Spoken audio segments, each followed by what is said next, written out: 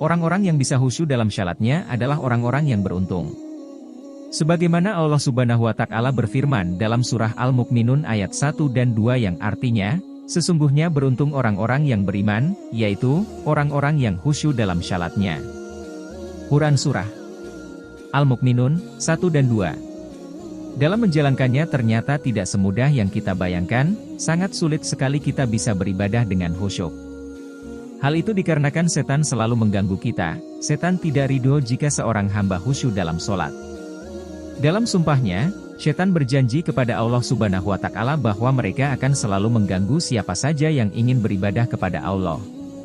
Sholat adalah ibadah yang paling utama, karena amalan yang pertama kali akan dihisab oleh Allah adalah syalatnya.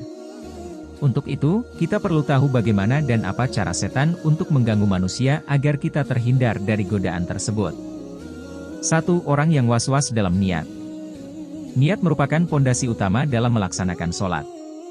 Seringkali setan membuat pikiran kita was-was merasa tidak yakin akan niat yang diucapkan lalu mengulang-ulangi niat sehingga itu dapat memecah konsentrasi dalam sholat. 2. Orang yang tidak khusyuk. Saat melaksanakan sholat biasanya kita merasa susah untuk fokus kepada Allah Subhanahu wa Ta'ala. Hal ini merupakan godaan setan yang memunculkan urusan dunia sehingga pikiran kita terpecah kepada hal tersebut. 3. Orang yang merasa ragu buang angin. Saat menjalankan sholat, seringkali perasaan yang tidak menentu terlintas termasuk saat kita merasa buang angin. Itu merupakan tipu daya setan. 4. Orang yang tidak fokus pada syalatnya. Setan sangat pintar dalam mengalihkan perhatian seseorang sehingga orang yang sedang sholat pun tidak fokus kepada Allah Subhanahu wa Ta'ala. Dengan tipu dayanya itu, setan mencuri perhatian manusia dan membuatnya menengok ke sana kemari, banyak bergerak dan terbayang dengan hal-hal yang biasa dikerjakannya. 5. Orang yang syalatnya tergesa-gesa.